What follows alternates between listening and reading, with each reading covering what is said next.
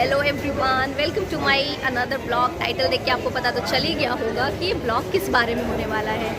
मैं आपको एक और किसी से मिलवाना चाहती हूँ जो आपने मेरे को प्रीवियस गांव वाली वीडियो में देखा होगा। मीट हेलो भोलू उफ सूरज, और पीछे है भोलू। हाय, ये है नीतीश मामा जी।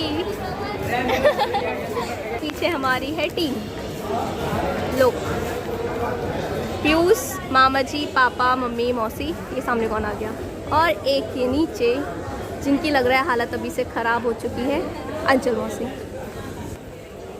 हमारी ट्रेन आके लग चुकी है बट गेट बंद है, तो हम थोड़ी देर में उसमें एंटर करेंगे और ब्लॉग को कंटिन्यू करेंगे। जब तक के लिए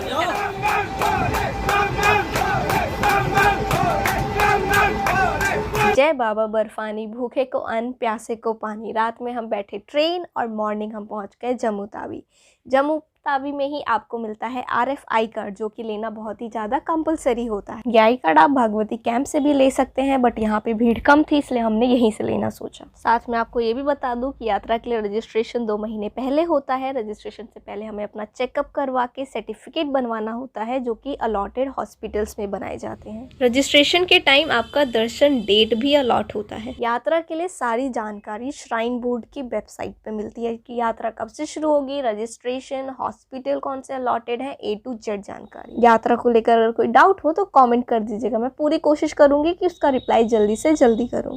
स्टेशन से ली हमने बस, जो कि 40-50 रुपये पर हेड हमें भागवती कैंप तक छोड़ देती है। कैंप के पास पहुंचने के बाद पता चला कि एंट्री 9 बजे से शुरू होगी।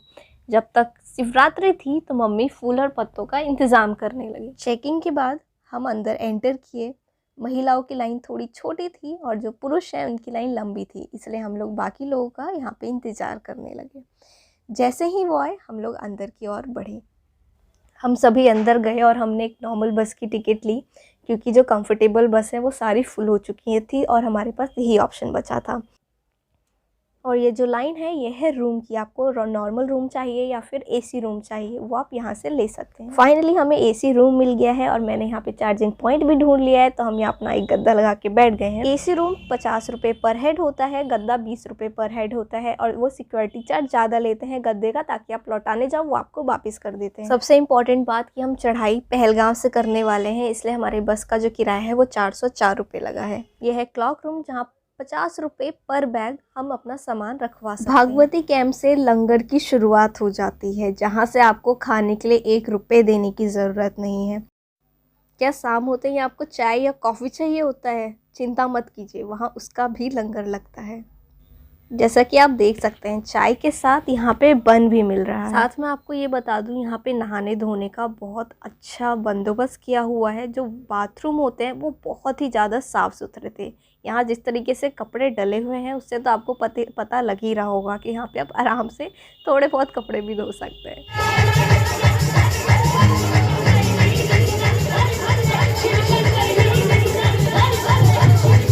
बोर होने की भी यहाँ पे कोई ज़रूरत नहीं है। कैंप में ही आप आइए, बैठिए, गाइए, नाचिए। हम जब ऊपर रूम में बैठे थे तो वहाँ पे कुछ लोग बुलाने आए कि सेवा के लिए कुछ लोग चाहिए, तो मेरी मम्मी और मौसियाँ पीछे कैसे रह सकती हैं, तो वो भी यहाँ पे आ गई, मैं भी उनके साथ आ गई। कैंप में घूमते घूमते मुझे यहाँ स्टॉल्स दिखे जहाँ से आप कुछ भी खरीद सकते हो।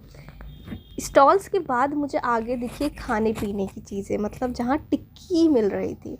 टिक्की थे, राम लड्डू थे और भी कुछ चीज़ें। तो फिर मैंने लिया राम लड्डू और पहुँच गई सबको टेस्ट करवाने। ये हमारे न्यू ब्लॉगर, क्या आप टेस्ट करना चाहेंगे? लो जल्दी।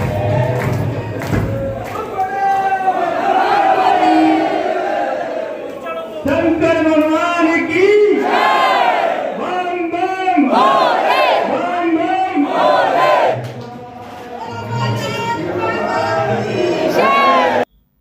पूजा होने के बाद रात का लंगर शुरू हो गया। जल्दी जल्दी हमने खाना पीना खाया, थोड़ा आराम किया क्योंकि हमें गद्दे वापस करने थे और हमें निकलना था।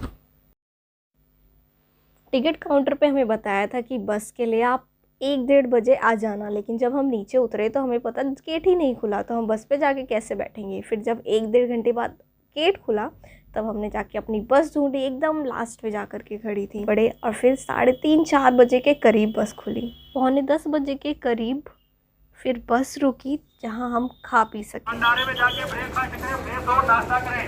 अपने यार दोस्त, अपने बीवी बच्चों को अपने साथ लेकर रखें, हाथ पकड़ के रखें।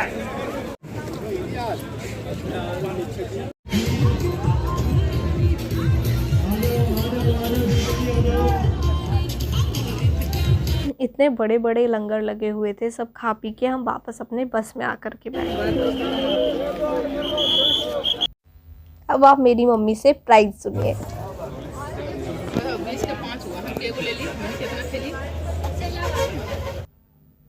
ये फोर्स जिनके कारण हमारी यात्रा पूरी हो पाती है। भागवती कैंप से लेकर जब तक हमारी यात्रा ख़त्म ना हो जाए, पूरे रास्ते आपको फोर्स दिखेगी जो कि एकदम चौकन्ना होके बस के आगे चलती है ताकि यात्रा अच्छे से हो सके। यात्रा के दौरान जम्मू के नज़ारों का आनंद लेना ना भूलें। एक से एक नज़ारे दिखेंगे आपको पूरे यात्रा में। पहलगाम पहुंचते ही हमारी पहले चेकिंग होगी, सारे सामान की चेकिंग होगी और यहाँ पे करीब 1 किलोमीटर साइड बाय साइड चलते चलते हम पहुँच जाएंगे कैंप में। पहलगाम में जो कैंप था वहाँ टेंट में सारे गद्दे गीले थे। हमें फाइनली एक रूम मिला रहने के लिए, जहाँ हम करीब दोपहर के 2 बजे पहुँच चुके। पहलगाम में भी काफ़ी बड़े बड़े लंगर लगे हुए थे। वो खा पी के हमने आराम किया और रात में 2 बजे लाइन लगा ली।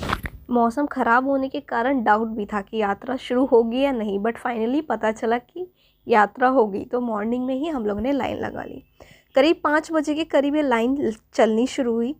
जैसे कि आप अगल बगल में दुकानें देख सकते हैं। यहाँ पे आपको स्वेटर, जैकेट अगर आप नहीं लाए हो, कैप वगैरह नहीं लाए हो, तो यहाँ से आप ख़रीद सकते हो। यहाँ से निकले हम जल्दी से बाहर और हमने एक टैक्सी बुक करी। यहाँ टैक्सी लेती है 160 रुपये पर हेड और चंदनवाड़ी छोड़ती है, जहाँ से हमारी यात्रा शुरू होती है। आई कार्ड हमेशा अपने गले में ही रखें।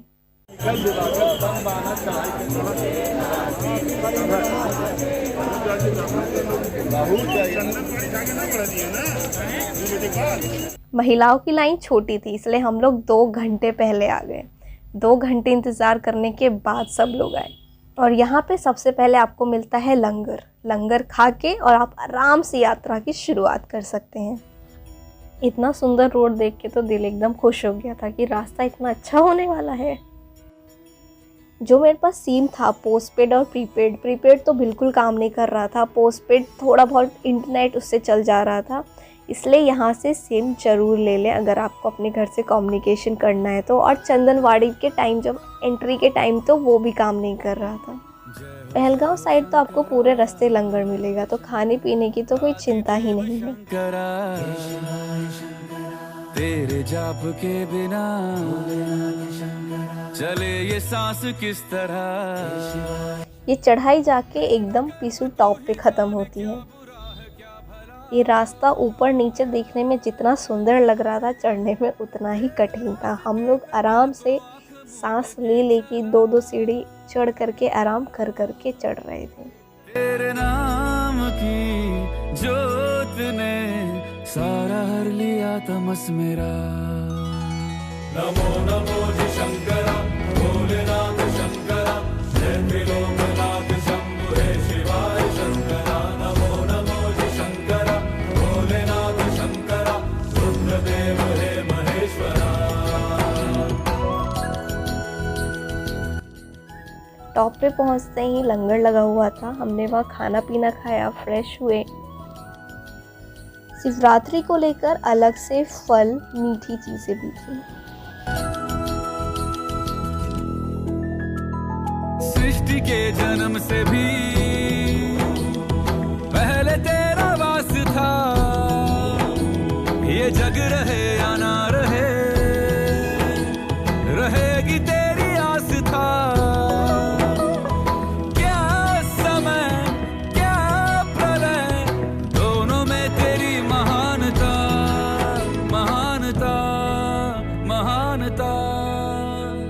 सीपियों की ओट में मोतिया हो जिस तरह, मेरे मन में शंकरा तू बसा है उस तरह। मुझे भरम था जो है मेरा था कभी नहीं मेरा। किस्मत बहुत अच्छी थी कि मौसम अच्छा हो रहा था, साथ में इतने सुंदर सुंदर नज़ारे कि मन करता बैठें और उनको देखते रहें। तेरे सामने है। श्रद्धालुओं का नेक्स्ट स्टॉप होता है शेषनाग, जहाँ लंगर और सोने का पूरा प्रबंध होता है। बट हमने डिसाइड किया कि हम शेषनाग ना रुक के अब जो नेक्स्ट स्टॉपेज होगा वहीं रुकेंगे।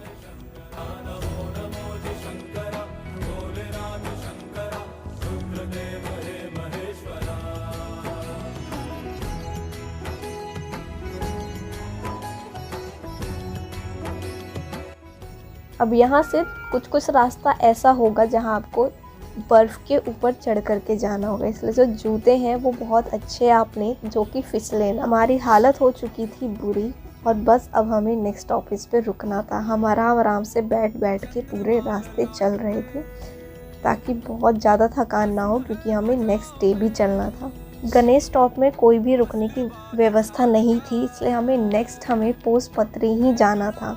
पोसपत्री हम रात में करीब 10 बजे पहुँचे और इतने थक चुके थे हम कि किसी ने कुछ खाया पिया नहीं, हम बस सो गए। बाबा बर्फानी की बहुत ज़्यादा कृपा थी कि हमें रात में गद्दा और सोने की जगह मिल गई, अदरवाइज़ बहुत ज़्यादा ठंड बढ़ चुकी थी, बाहर रहना पॉसिबल ही नहीं था। जैसा लंगर में आप देख रहे हैं वैसे ही पूरे रास्ते लंगर आपको मिलते हैं, एक से एक चीज़ें, कोई ऐसी चीज़ ही नहीं जो इन लंगरों में ना मिले। अपने साथ पावर बैंक ज़रूर रखें, क्योंकि हर जगह आपको चार्जिंग पॉइंट नहीं मिल पाता। यहाँ पे हमें नहीं मिल पाया था और जो था वो एकदम सब फुल हो रखे थे। यहाँ से हम मॉर्निंग उठे, फ्रेश हुए, खाना पीना खाया और हम डाइट निकल गए गुफा के लिए।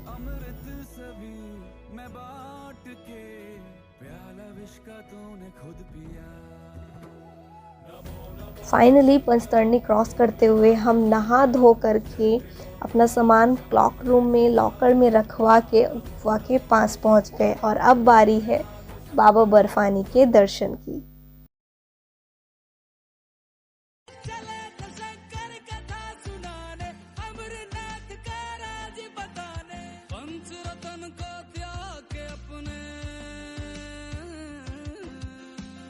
गुफा में मोबाइल फ़ोन, कैमरा या डिजिटल जो वॉच होती हैं वो भी कुछ भी ले जाने की परमिशन नहीं थी। बैटरी ना होने के कारण बालटाल का रास्ता मैं रिकॉर्ड नहीं कर पाई। हम लोग बालटाल पहुँचे, हमने टेंट लिया। 2 दिन हमें टेंट में बिताना पड़ा क्योंकि हमें भागवती कैंप के लिए बस नहीं मिल रही थी और हमारा जो सामान था वो भागवती कैंप में ही। बालटाल का रास्ता उतरने के लिए भी खतरनाक ही है क्योंकि वहाँ लैंडस्लाइड होती रहती है, जिसके कारण रास्ता एकदम ख़राब रहता है। बालटाल से आने का बस एक फ़ायदा है कि आप नीचे बहुत जल्दी उतर जाते। बालटाल में भी खाने पीने की कोई चिंता नहीं थी क्योंकि बहुत सारे ही लंगर थे। लास्ट में जाके फाइनली हमें एक मिनी बस मिली जिसको हमने बुक किया। बाबा बर्फानी की कृपा से हमारी ये यात्रा बहुत अच्छी रही, हमें मौसम भी बहुत अच्छा मिला। वीडियो अच्छी लगी हो तो सब्सक्राइब करना ना भूलें। जय बाबा बर्फानी। मिलते हैं नेक्स्ट वीडियो में।